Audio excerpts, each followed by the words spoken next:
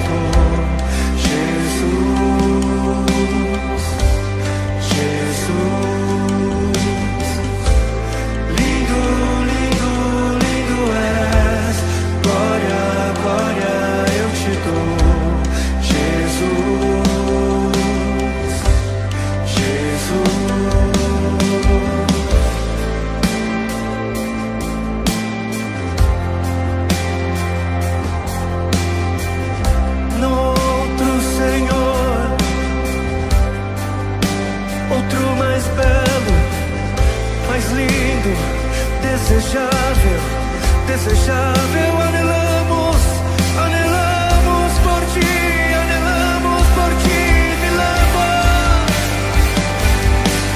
Me leva à sala do trono, mostra tua beleza, quero ver tua face.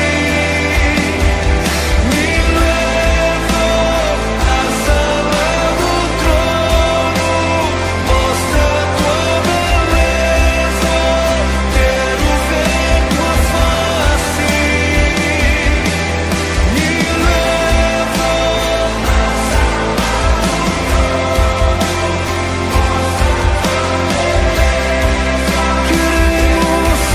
queremos ver tua face.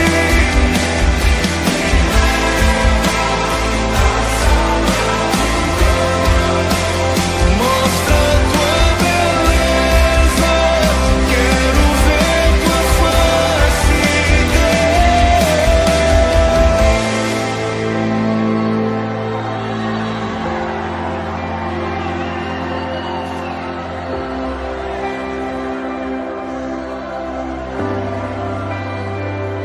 Outro não há, outro não há, outro não há.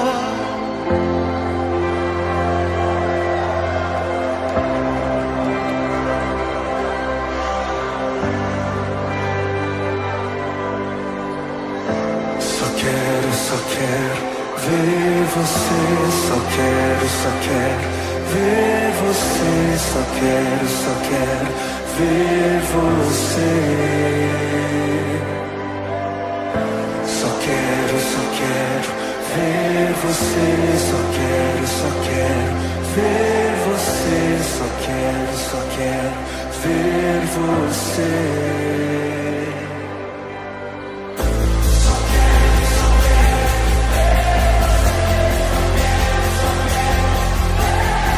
Eis o nosso clamor.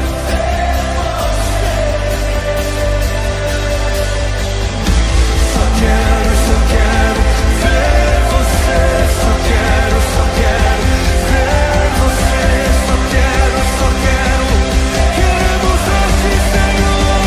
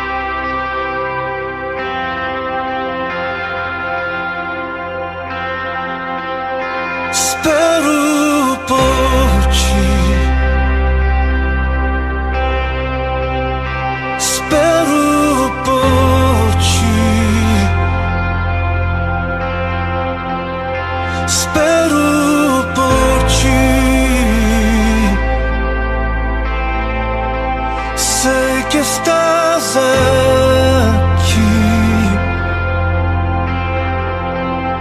Espero por ti. Espero por ti. Espero por ti. Sei que estás aqui.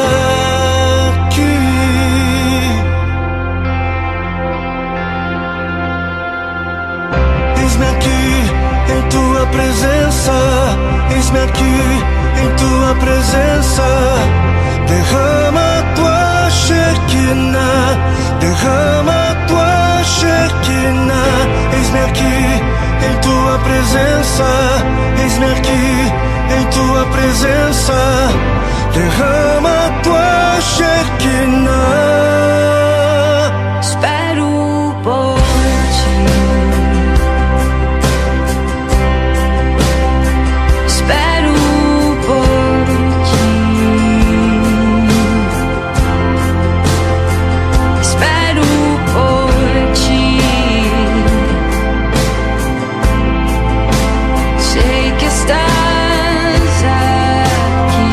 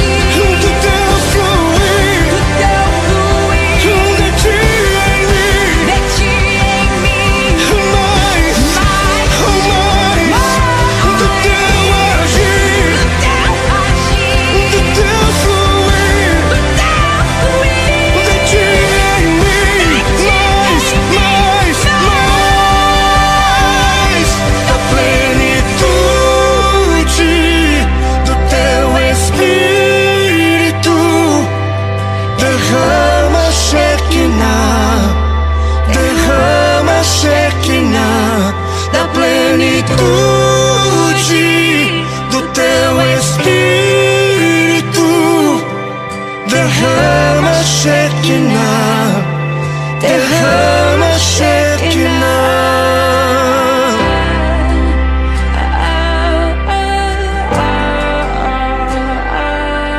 Derrama da tua Shekinah.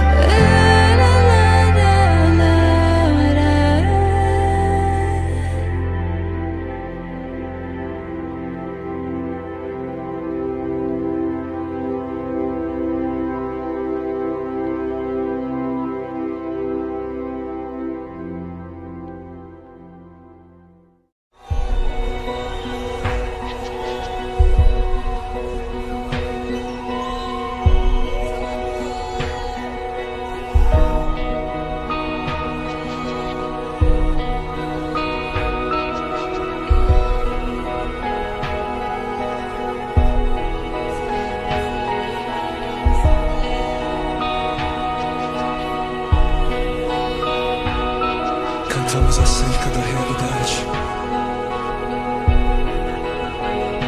Ainda que eu ande pelo vale da sombra da morte, o teu amor lança fora o medo. Ainda que eu me encontre bem no meio das tempestades da vida, não voltarei, pois perto estás. Eu não temerei o mal, pois o meu Deus comigo está. E se o meu Deus comigo está, a quem eu temerei, a quem eu temerei.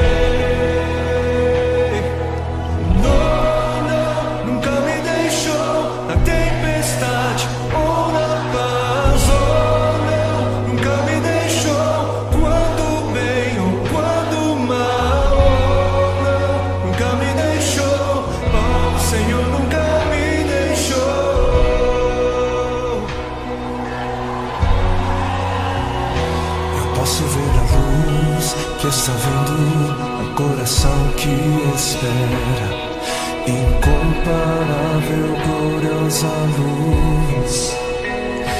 E haverá um fim aos problemas, mas até esse dia viverei sabendo que estás aqui. Eu não temerei, pois o meu Deus comigo está. E se o meu Deus comigo está, a quem eu temerei, a quem eu temerei. Oh, não, nunca me deixou na tempestade. Oh, não.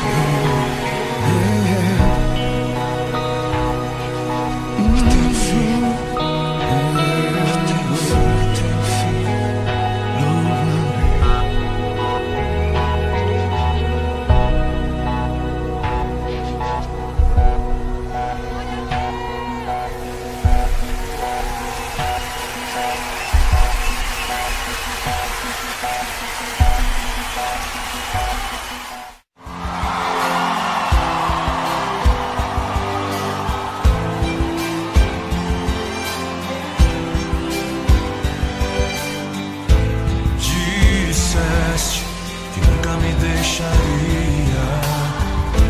Disseste que a vida me abalaria.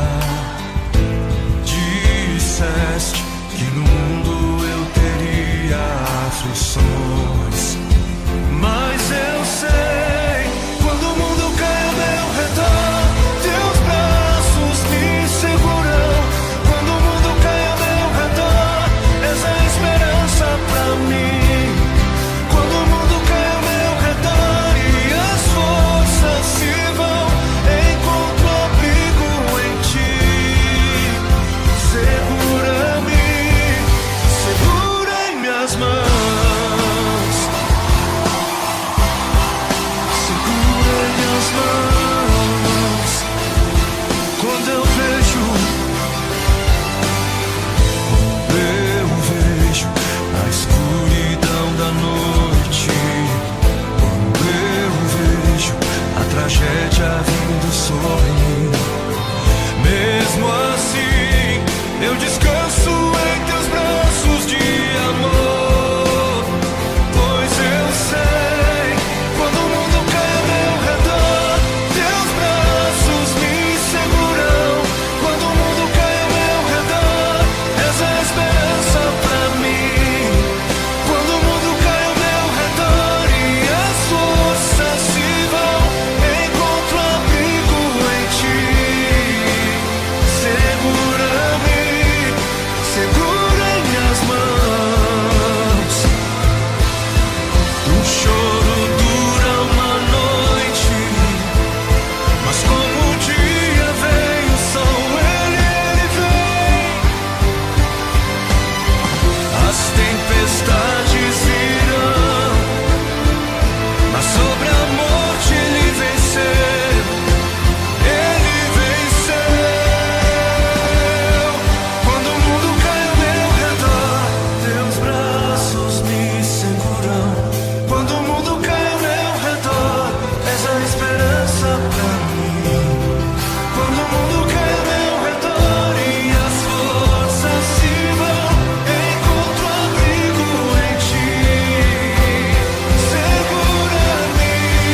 Quando o mundo cai ao meu redor, teus braços me seguram. Quando o mundo cai ao meu redor, és a esperança pra mim. Quando o mundo cai ao meu redor e as forças se vão, encontro abrigo em ti. Segura-me, segura em minhas mãos. Segura em minhas mãos. Sim, ele vem, ele vem, ele vem e me segura. Ele vem, ele vem, ele vem e me segura.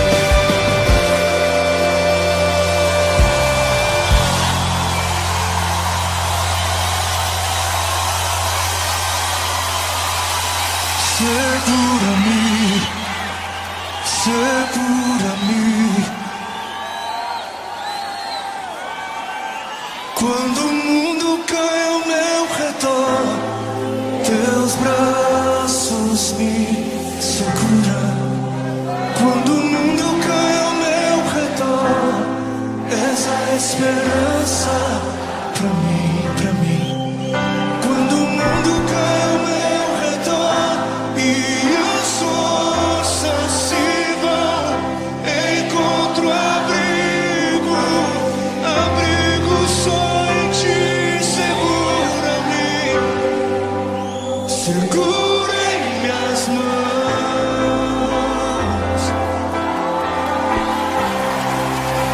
Segura em minhas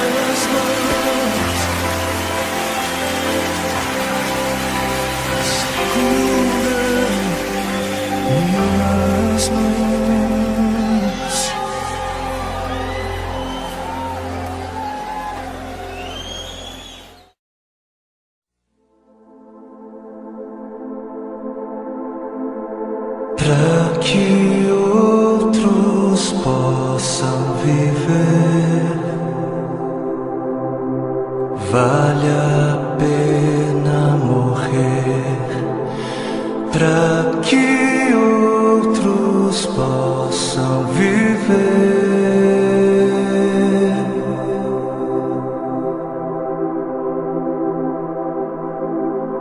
Para que outros possam sorrir. Vale a pena chorar para que outros possam viver.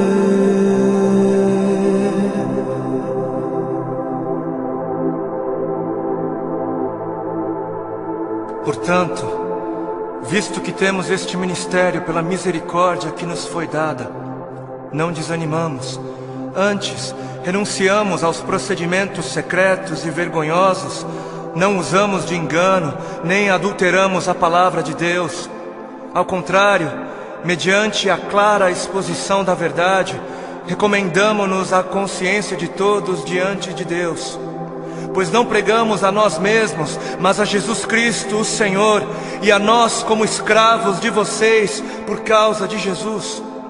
De todos os lados somos pressionados, mas não desanimamos. Ficamos perplexos, mas não desesperados. Somos perseguidos, mas não abandonados. Abatidos, mas não destruídos. Trazemos sempre em nosso corpo o morrer de Jesus, para que a vida de Jesus também seja revelada em nós.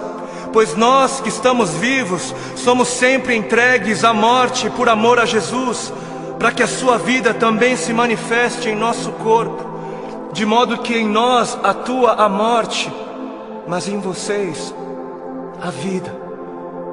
Por isso não desanimamos, embora exteriormente estejamos a desgastar-nos, interiormente estamos sendo renovados dia após dia, pois os nossos sofrimentos leves e momentâneos estão produzindo para nós uma glória eterna que pesa mais do que todos eles. Assim, fixamos os olhos não naquilo que se vê, mas no que não se vê, pois o que se vê é transitório, é passageiro, mas o que não se vê é eterno. Para que outros possam viver, vale a pena morrer. E nas palavras de 2 Coríntios capítulo 4 que nós acabamos de ler, para que outros possam viver, não apenas vale a pena morrer, como deve-se morrer. Deve-se. Para que outros possam viver, deve-se. É necessário morrer. É necessário morrer para que haja vida. Trazendo sempre em nosso corpo o morrer de Jesus, para que a vida de Jesus também seja revelada em nosso corpo. Pois nós que estamos vivos, somos sempre entregues à morte por amor a Jesus, para que a sua vida também se manifeste em nós, de modo que em nós atua a morte, para que em vocês, para que em outros atue a vida. Assim como a semente que não morre não germina, assim como a semente que não morre é incapaz de gerar frutos, aquele que não morre é incapaz de gerar vida, é incapaz. Não fosse o sangue do Cordeiro, não fosse o sangue de todos os mártires que vieram antes de nós, não fossem aqueles que vivem como se não pertencessem a este mundo, não seríamos conhecedores das boas novas da vida, não seríamos. Mas se as coisas são assim, se isso é verdade, se isso reflete a realidade, se o Senhor teve toda a intenção de dizer exatamente o que Ele disse, por que é então que não morremos? Por que é então que o mundo está cansado de ver uma igreja que deveria carregar a mensagem da morte, mas não carrega? Não carrega. E não carrega porque ela mesma recusa-se a morrer. Se a ordem é essa, por que é então que não vemos mais vidas sendo geradas, nações sendo alcançadas em meio à voluntária entrega da vida por parte daqueles que se dizem cristãos? Por quê? Por quê? Porque existe algo de muito errado em nosso meio. Existe algo de muito errado em meio àquilo que chamamos de Evangelho do Reino de Deus. Evangelho do Reino de Deus, não o Evangelho do Reino dos homens para os homens, não o Evangelho do Reino desta terra para esta terra, não o Evangelho do seu reino para você mesmo, para o seu próprio benefício, mas o Evangelho do Reino de Deus para o benefício de Deus. E existe algo de muito errado porque estamos confundindo o Evangelho do Reino de Deus, que é para Deus, com outros evangelhos. E o povo, por falta de líderes que preguem o que o povo precisa ouvir e não o que o povo quer ouvir, o povo está adorando outros bezerros de ouro. E o grande bezerro de ouro dos nossos dias é a bênção. O grande bezerro de ouro dos nossos dias é a vitória, é a conquista, é o bezerro da prosperidade, é a saúde, é o meu bem-estar, é o meu conforto, é a minha necessidade, é o meu reino, é a minha vida. 7 passos para alcançar a bênção aqui, 40 dias de jejum da vitória ali, 12 maneiras para ser próspero um pouco mais adiante, e 318 formas para você fazer com que Deus faça aquilo que você quer que Ele faça. Não importa se Ele queira fazer ou não, porque afinal o modelo de Jesus, não seja feita a minha vontade, mas a sua, serve para Jesus, serve para o Filho de Deus, não serve para mim, não serve para a igreja. Quantos já foram a alguma campanha que dizia: campanha do negue-se a si mesmo, campanha dos 3 passos para morrer, ou a campanha das 7 maneiras de amar ao seu próximo como a si mesmo, campanha de 40 dias de jejum para que eu possa carregar a minha cruz? Não? Nunca foi? Por que não? Ora, porque não é isso que é importante. Não é isso. Porque o importante é eu ter o carro do ano. Porque o importante é eu ser abençoado. O importante é eu mostrar o quão abençoado sou. Preciso mostrar. Eu preciso mostrar. Porque afinal de contas, se ando de carro importado, é porque Deus me deu, né? Deus me deu. Porque é muito óbvio que Deus está muito mais preocupado com o meu ego. Eu sou tão espiritual e abençoado que é muito óbvio para mim, e é muito óbvio só para mim, que Deus está mais preocupado em colocar dinheiro nas minhas mãos para que eu possa comprar coisas caras e tolas, do que está preocupado em colocar recursos sob os meus cuidados para que eu possa de alguma maneira aliviar a dor dos aflitos. Porque Deus é tão bom para mim, Deus é tão sábio, Ele é tão misericordioso, que Ele prefere que eu compre para mim o meu 100º par de sapatos. Ele prefere, Ele prefere que eu faça isso mais do que prefere que eu compre algumas marmitas para dar de comer às crianças de rua. Porque o importante é eu encher o meu celeiro até onde der. O importante é o meu reino, é a minha justiça. Eu trabalhei, eu suei. Não foi Deus quem me deu, não foi Deus quem me abençoou, não foi eu quem ganhei. É justo, eu trabalhei, é meu. Porque o importante é eu viver como se não houvesse morte. E Deus que me livre de pensar em morte. Coisa negativa não é de Deus. O importante é eu viver como se não houvesse morte, para que quando a minha hora chegar, eu venha morrer como alguém que nunca quis viver. Porque está escrito na palavra de Deus em Marcos, no capítulo 8 e Mateus 16. Então Jesus começou a ensinar-lhes que era necessário que o Filho do Homem sofresse muitas coisas e fosse rejeitado pelos líderes religiosos, pelos chefes dos sacerdotes e pelos mestres da lei, fosse morto e 3 dias depois ressuscitasse. Ele falou claramente a esse respeito. Então Pedro, chamando-o à parte, começou a repreendê-lo. Vejam como desde o início A igreja se escandalizou com a mensagem da morte. Jesus, porém, voltou-se, olhou para os seus discípulos e repreendeu Pedro, dizendo: arreda, Satanás. Você não pensa nas coisas de Deus, mas nas coisas dos homens. Você não está de olho no reino de Deus, mas está de olho no reino dos homens. Então ele chamou a multidão e os discípulos e disse: se alguém quer vir após mim, negue-se a si mesmo, tome a sua cruz e siga-me. Se quiser, se alguém quiser.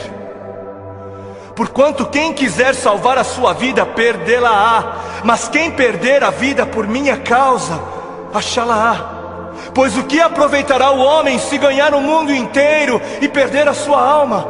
Ou o que dará o homem em troca da sua alma?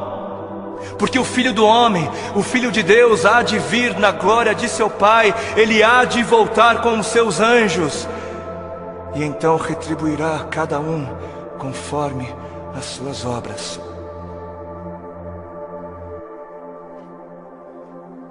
Quem fizer de tudo para garantir a sua vida neste mundo, não merecerá a vida no outro. E quem fizer de tudo para garantir a sua vida no outro mundo, perderá a sua vida neste. Perderá o controle da sua vida neste mundo. Quem viver de olho nos tesouros deste mundo, receberá somente aquilo que este mundo é capaz de dar. Mas quem viver com os olhos fixos no tesouro eterno, este receberá, este haverá de receber aquilo que a eternidade tem para dar. Entendam algo. Sabem por que existem religiosos fanáticos que se matam, que se suicidam, que dão as suas vidas para serem destruídas? Sabem por quê? Porque eles estão pensando na eternidade, eles estão de olho na eternidade. E sabe por que você se recusa a negar-se a si mesmo e entregar o controle da sua vida a Deus? Porque você está pensando demais nesta vida. E mais, sabem por que é que estes fanáticos acabam dando as suas vidas? Porque eles passaram a vida toda, a vida inteira, ouvindo de seus mestres que morrer é algo valioso. Eles passaram a vida toda ouvindo de seus mestres que morrer é algo bom, é algo nobre, é algo honroso, que morrer gera vida. Gera vida. Mas e a igreja? Mas onde está a igreja? Onde está a voz profética? Onde estão os que pregam a verdade? Onde estão os que pregam morram? Onde estão os mestres de Deus a gritarem morram? Morram, para viver morram, por amor a Cristo morram, por amar a Deus acima de tudo morram. Onde estão? Por que os missionários moravianos se vendiam como escravos para poderem pregar aos escravos? Porque alguém lhes ensinou que esta vida não vale a pena ser vivida se não for vivida para Deus. Alguém lhes havia ensinado que para que outros pudessem viver, valia a pena morrer. Enquanto muitos parecem estar fascinados demais com mestres que pregam apenas vida nesta vida, mestres que distorcem o significado de vida em abundância. Apesar disso, existem alguns remanescentes, existem ainda alguns que se recusam a se prostrar diante dos bezerros de ouro, existem ainda alguns que se permitem ser afligidos por amor a Cristo. Alguns que entenderam a voz do Espírito de Cristo, do Cristo que deu o exemplo a ser seguido, não apenas em vida, mas na morte de cruz, e são capazes de dizer: já não sou eu quem vivo, mas Cristo vive em mim. Cristo vive em mim. Amados, a vida é para os que creem. E os que creem não têm medo da morte, não devem ter medo da morte. Quem tem medo da morte não crê, e quem não crer não viverá. E eis que a morte é o maior medidor da fé. Os que morrem são os que creem. E termino com um texto bíblico que está em 2 Timóteo, capítulo 4, nos versículos 2 ao 4. Diz assim: pregue a palavra, pregue a palavra, esteja preparado a tempo e fora de tempo, repreenda, corrija, exorte com toda a paciência e doutrina. Por quê? Porque chegará o tempo em que não suportarão a sã doutrina, chegará o tempo em que não suportarão os caminhos de Deus, os pensamentos de Deus. Ao contrário, sentindo coceira nos ouvidos, juntarão mestres para si mesmos, segundo as suas próprias cobiças. E estes se recusarão a dar ouvidos à verdade. Arrependam-se, porque está próximo o reino dos céus. A Bíblia, a palavra de Deus, tem uma mensagem para você. Deus tem uma mensagem para você. Uma mensagem de amor e de esperança. Uma mensagem que atravessou os séculos, que atravessou a história. Uma mensagem que sobreviveu às perseguições, sobreviveu em meio ao martírio de homens e mulheres que deram as suas vidas por amor ao Deus desta mensagem. Uma mensagem tão poderosa e convincente que mudou o curso da humanidade, mudou corações de homens e mulheres perdidos, transformou circunstâncias, transformou nações.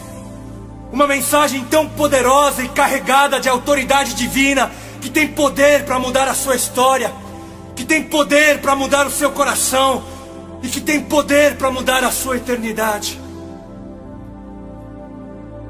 Durante milhares de anos, Deus fez questão de proteger a sua mensagem para que ela pudesse chegar até você. E você pode ter certeza de que Ele teve poder de sobra para proteger o conteúdo da mensagem, ou Ele não seria Deus. E ao ouvir a mensagem, você terá de fazer algo. Você terá de responder a ela. Você terá de responder a Deus. E você terá duas escolhas. Ou a sua resposta será sim, ou será não. Ou você aceitará a mensagem de Deus para a sua vida, ou você irá rejeitá-la. Mas que mensagem é esta? Que mensagem é esta que Deus teve o cuidado de guardar até os dias de hoje? A mensagem diz respeito a quem Ele é. E a Bíblia diz que Ele é amor. Ele diz que te ama. Ele te ama. E te ama não com o amor que o mundo tem para dar, mas te ama com o amor perfeito, com o amor de um Deus perfeito, que se revelou como um Pai perfeito. E você pode muitas vezes não entender esse amor, e nem deve tentar, porque o amor de Deus Pai por você não foi idealizado para ser compreendido, mas para ser aceito. Amor não se entende, amor não se compreende, amor se aceita, se recebe. E qual será a sua resposta diante do amor de Deus? No trecho que acabamos de ler, você vai perceber traços desse amor divino. O povo que jazia em trevas, o povo que estava morto em trevas, viu grande luz, viu o grandioso brilho da sua luz. Mas você pode perguntar: o que tem a ver as trevas comigo? E a resposta é que a Bíblia diz que todos pecaram, E a resposta é que a Bíblia diz que todos somos pecadores. E a Bíblia diz que não há um justo sequer. E que os nossos atos de justiça são como trapos imundos que refletem apenas o nosso interior pecaminoso. E se você parar para pensar, se você realmente olhar para dentro de você, você vai ver que tudo isso é verdade. Você vai perceber que será impossível se achegar à presença de Deus um dia e dizer a Ele: mas eu não tenho pecado. Eu sou uma pessoa tão boa, tão pura. Eu nunca fiz mal a ninguém. Eu nunca pequei. E a Bíblia diz mais. Ela diz que o pagamento pelo pecado é a morte. A morte. E por isso nada do que você possa fazer poderá apagar os seus pecados. Nada. As suas boas ações não têm poder para apagar os seus pecados. O não fazer mal a ninguém não tem poder para apagar os seus muitos pecados. Porque o pecado é mortal. Apenas a morte é pagamento válido. Somente a morte. Mas a morte de qualquer um também não tem poder para apagar pecados. Apenas a morte de um justo teria poder para purificar a injustiça do pecador. E foi por isso que Jesus teve que morrer. Aquele que era justo, o único que fora justo, que não tinha pecado em si mesmo, morreu, para que na sua morte o pecador encontrasse vida. E se você é uma dessas pessoas que pensa que o pecado é algo insignificante, se você é um desses que pensa que Deus não se importa, que Ele entende o pecado, você precisa ler a Bíblia e ver que foi Deus quem deu o seu próprio Filho para morrer na cruz do Calvário. Foi Deus. Se Jesus morreu na cruz do Calvário, não foi porque homens ou demônios tramaram contra Ele, mas porque Deus assim planejou desde o princípio, e foi Deus quem permitiu que assim acontecesse. Quem matou Jesus? Deus matou a Jesus. E por quê? Foi por causa dos nossos pecados. Se isso não revela o tamanho da gravidade do pecado, eu não sei o que fará.